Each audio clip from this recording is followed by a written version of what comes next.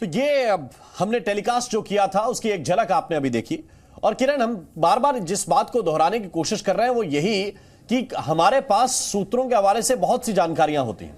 हमें पहले भी ये पता था कि इस तरह की घटनाएं हो रही हैं, लेकिन इस स्टिंग ऑपरेशन का दरअसल मकसद यही था कि वो बातें पूरी विश्वसनीयता के साथ दर्शकों के सामने आनी चाहिए जो हमें ऑफ द रिकॉर्ड मालूम है।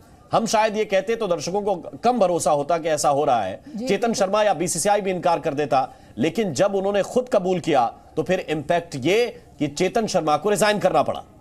बिल्कुल। और देखिए, जो चेतन शर्मा के समर्थक थे इस गेम ओवर शो के बाद ये कहते दिख रहे थे कि ये सब बातें हमें पता थी। लेकिन आप ये समझिए, ये सब बातें किनको पता थी? ये सब बातें उनको पता थी जैसे हम पत्रकार हैं जो जाकर आपस में बातचीत करते हैं बीसीसीआई के अधिकारियों से, और वो भी सूत्रों के हवाले। आज से पहले इस शो से पहले राम, आप याद कीजिए, कब आपको याद पड़ा होगा कि किसी बीसीसीआई का इतना बड़ा अधिकारी ने सामने आकर अंदर की बातें की हो? कभी नहीं, शायद आपको याद पड़ेगा। हमेशा अगर अखबारों में भी छाप दिया जाता था तो वो कुछ सोर्सेस के बूते पे छापा जाता था, कुछ एजम्पशंस के बूते पे छापा जाता था, या मीडिया में खबरें आती थी। लेकिन ये इंपैक्टफुल इसीलिए है क्योंकि आप देखिए, चीफ सिलेक्टर जो कि सिटिंग चीफ सिलेक्टर थे, जो अपने आप को बार बार दावा कर रहे थे हमारे स्टिंग ऑपरेशन में राम, कि हम ही हैं जो भारत का क्रिकेट चला रहे हैं, हम ही तय कर रहे हैं कि कप्तान कौन बनेगा, हम ही थे जिन्होंने विराट कोहली को कप्तानी से हटाया था। जब वो आकर ये सारी बातें कह रहे थे और साफ तौर पर कह रहे थे, उसमें कोई मैनिपुलेशन नहीं थी, साफ तौर पर सीधा आकर वो अपफ्रंट होकर चीजें बता रहे थे कि खिलाड़ियों के बीच में ईगो रहती है, जो करते हैं वो हम ही करते हैं, यानी हम ही हम हैं तो क्या हम हैं, और तुम ही तुम हो तो क्या तुम हो। ये कम से कम किसी भी व्यक्ति को जो मुख्य पद पर पहुंचा है उसे कम से कम ये सोचना पड़ेगा कि सब कुछ वो नहीं है, सब कुछ एक प्रक्रिया है और उस प्रक्रिया को फॉलो करना पड़ेगा। चेतन शर्मा ने खुलासे क्या किया थे, जरा ये जानिए। फर्जी फिटनेस का इंजेक्शन वाला खेल होता है। उन्होंने कहा कि खिलाड़ी इतने बदमाश होते हैं कि 80% फिट होते हैं, 20% के लिए इंजेक्शन ले लेते हैं। फिटनेस के लिए खिलाड़ी इंजेक्शन लेते हैं, यह कबूल किया था इस स्टिंग ऑपरेशन में।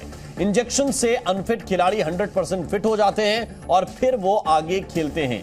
डोप टेस्ट की पकड़ में ये इंजेक्शन नहीं आते हैं, ये भी कहा था चेतन शर्मा ने इस स्टिंग ऑपरेशन के दौरान कि इंजेक्शन का ये जो खेल है इसमें कोई एक दो क्रिकेटर नहीं है, बड़े बड़े क्रिकेटर भी इसमें शामिल हैं।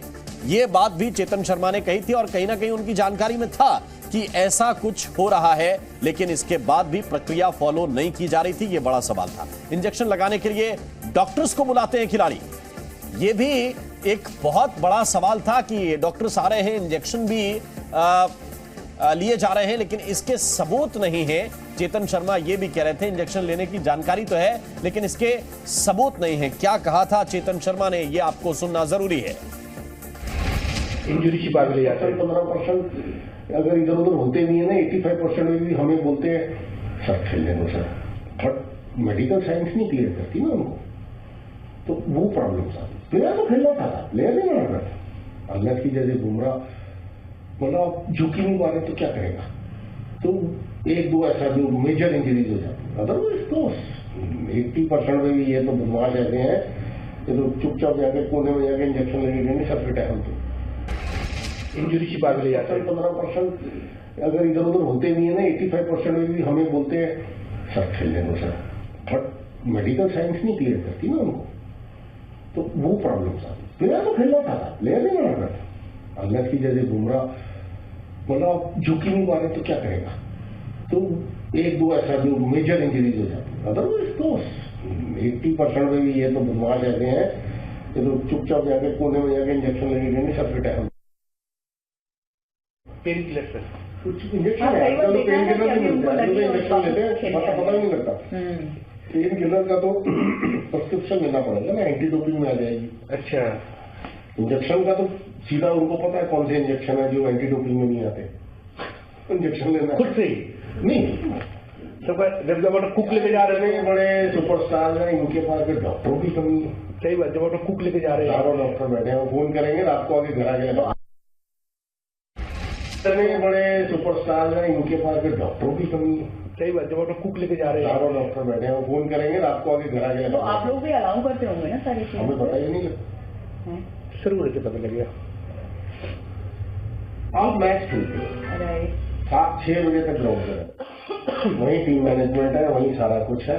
वंस गाड़ी बस गई, बस से आप उतर के अपने कमरे में गए, तो मैं कोई आपके पीछे आदमी थोड़ा लगा रहा, क्या कर रहे हैं, कहाँ जा रहे हैं, किसको मिल रहे हैं, मुझे तो नहीं पता ना।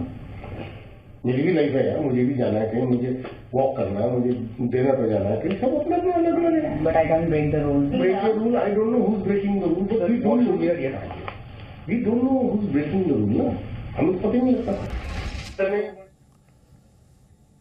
और किरण इस वक्त हमारे साथ जुड़े हुए हैं। किरण, ये भी कह रहे हैं चेतन शर्मा कि क्लियर हो जाते हैं, बट मेडिकल साइंस तो क्लियर नहीं करती उन्हें। जो 80% फिट है, 85% फिट है, उनको 100% फिट तो मेडिकल साइंस नहीं कह सकती, और इसलिए ये इंजेक्शन दिए जाते हैं। सब कुछ जानकारी में है, लेकिन फिर भी क्या जानबूझकर अनजान बने हुए थे? बिल्कुल, और यही वजह है उनके एक इस्तीफे की, जिस तरीके की बातें उन्होंने की। अगर आप इतनी सारी बातें बोल रहे हैं तो आप तो चीफ सिलेक्टर के पद पर बैठे हैं। आप बीसीसीआई एनसीए जो कि खिलाड़ियों को फिटनेस सर्टिफिकेट देती है, वो किसकी है? वो बीसीसीआई की है। फिजियो किसके हैं? बीसीसीआई के हैं। डॉक्टर्स किसके हैं? बीसीसीआई के हैं। तो आप चीफ सिलेक्टर हो, आपको पता है आपके सामने जो खिलाड़ी आ रहा है, आपको लग रहा है कि वो फर्जी फिटनेस लेकर, मतलब फिटनेस अपनी फेक करने की कोशिश कर रहा है, तो क्या आप उसको अपने बीसीसीआई के ऑफिशियल डॉक्टर्स के पास जाके रेफर करवाते हैं? क्या आप उनका फॉलोअप लेते थे? क्या आपको देखकर लगता था, जिस तरीके से चेतन शर्मा कह रहे हैं कि पूरे हर दौरे पर हमारा एक सिलेक्टर रहता था, वो वॉच कर रहा होता है, वो ड्यूटी पे दिया होता है हमने, क्या वो वॉच कर ये देख रहा है कि कोई खिलाड़ी पूरे तरीके से फिट नजर आ रहा है या नहीं आ रहा? और अगर कोई खिलाड़ी को चोट लगी है और जब वो वापस लौट कर आ रहा है, तो क्या उसका पूरे अच्छे से जो सर्टिफिकेट दिया गया है उसको फिटनेस, क्या वो इतना मान्य है? और ये देखिए, आप देखिए, भले वो छोटी इंजरी की बात कर रहे थे यहाँ पर राम, लेकिन आप समझिए छोटी छोटी इंजरी ही बाद में जाकर इतनी मेजर इंजरी बनती है कि आपके बड़े बड़े खिलाड़ी बड़े बड़े सीरीज और टूर्नामेंट से बाहर हो जाते हैं। बिल्कुल, ये बहुत महत्वपूर्ण बात है, और इसको जो खिलाड़ी जानते हैं, जो खिलाड़ी समझते हैं, इवन जो घरेलू क्रिकेट खेलते हैं, डोमेस्टिक में है, रणजी में है, वो भी इस बात को समझते हैं कि छोटी इंजरी बाद में जाके कितनी बड़ी होती है। इसीलिए कहा जाता है कि आप इंजरी से जल्दी उबरिए, फिट हो जाइए, उसके बाद आप आगे का क्रिकेट खेलिए। लेकिन चेतन शर्मा जो खुद चीफ सिलेक्टर हैं, वो ये बता रहे हैं कि ये सब कुछ होता है, लेकिन साथ में ये भी कह रहे हैं कि मैं किसी के पीछे कोई बंदा नहीं छोड़ सकता, किसी के पीछे कोई व्यक्ति नहीं छोड़ सकता कि वो जाके चेक करे। ये भी कह रहे हैं कि डॉक्टर्स को बुलाते हैं, इंजेक्शंस लेते हैं।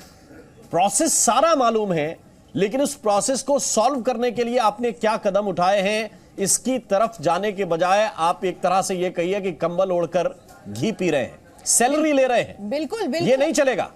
आप ये देखिए, अभी जनवरी में ही बीसीसीआई ने फिर से योयो टेस्ट कंपलसरी किया है, और अब डेक्सा स्कैन भी लेकर आई है। इससे पहले योयो टेस्ट तो कोविड की बाद से बंद था। तो जब योयो टेस्ट बंद था, तो आप फिटनेस किस तरीके से जांच रहे थे खिलाड़ियों की? आप क्या फॉलोअप ले रहे थे खिलाड़ियों से? और आप जब चीफ सिलेक्टर के पद पर बैठे हैं, आपको ऐसी बातें पता चल रही हैं, तो क्या आपने बीसीसीआई के टॉप ऑफिशियल्स के साथ इस बात की करने की कोशिश की? क्या आपने जानने या समझने की कोशिश की कि क्यों टीम के बड़े बड़े खिलाड़ी, बड़े बड़े स्टार्स बार बार इंजर्ड हो जा रहे हैं? क्योंकि देखिए, आप समझिए, इंजर्ड की बात नहीं है राम, यहाँ पर इंपैक्ट किस पर आ रहा था? इंपैक्ट टीम इंडिया पर आ रहा था, इंपैक्ट टीम इंडिया के परफॉर्मेंसेस पर आ रहा था, बड़े बड़े टूर्नामेंट्स पर। आप देखिए, एशिया कप हुआ, वर्ल्ड कप हुआ, एशिया कप में आपकी टीम फाइनल तक नहीं पहुंच पाई। एशिया कप में अगर भारत फाइनल में ना हो, तो इससे बड़ी बात क्या हो सकती है? आप समझिए। उसके बाद आप पाकिस्तान से हारे थे 2021 के वर्ल्ड कप में, 10 विकेट से हारे थे। एशिया कप में भी आप हारे हुए, एक मैच जीते थे पाकिस्तान के खिलाफ, एक हारे हो। अब T20 वर्ल्ड कप में आप देखिए, सेमीफाइनल में 10 विकेट से हार मिली थी भारत को। आपको याद होगा जिस तरीके का परफॉर्मेंस था। तो गनीमत मानिए विराट कोहली और सूर्य कुमार यादव की कि उस पूरे टूर्नामेंट में वो सेमीफाइनल तक टीम इंडिया को ले आए थे। नहीं तो एक बार तो ये भी लगने लगा था कहीं पहले ही ना टीम इंडिया बाहर हो जाए। तो ये कहीं ना कहीं सारे सवाल थे, और इन सब के सवालों के जवाब गेम ओवर शो के जरिए क्रिकेट प्रेमियों को मिले हैं और दर्शकों को मिले हैं। जो आज तक देखिए, हर क्रिकेट प्रेमी बात करता था आपस में कि क्या हो रहा है टीम में, क्यों खिलाड़ियों को ब्रेक दे देते हैं। आज सबके जवाब आपके सामने है। बिल्कुल, सबके जवाब आपके सामने हैं, और वो जवाब पहले आ गए थे। थोड़ा सा समय लगा, लेकिन रिजाइन हुआ है चेतन शर्मा का।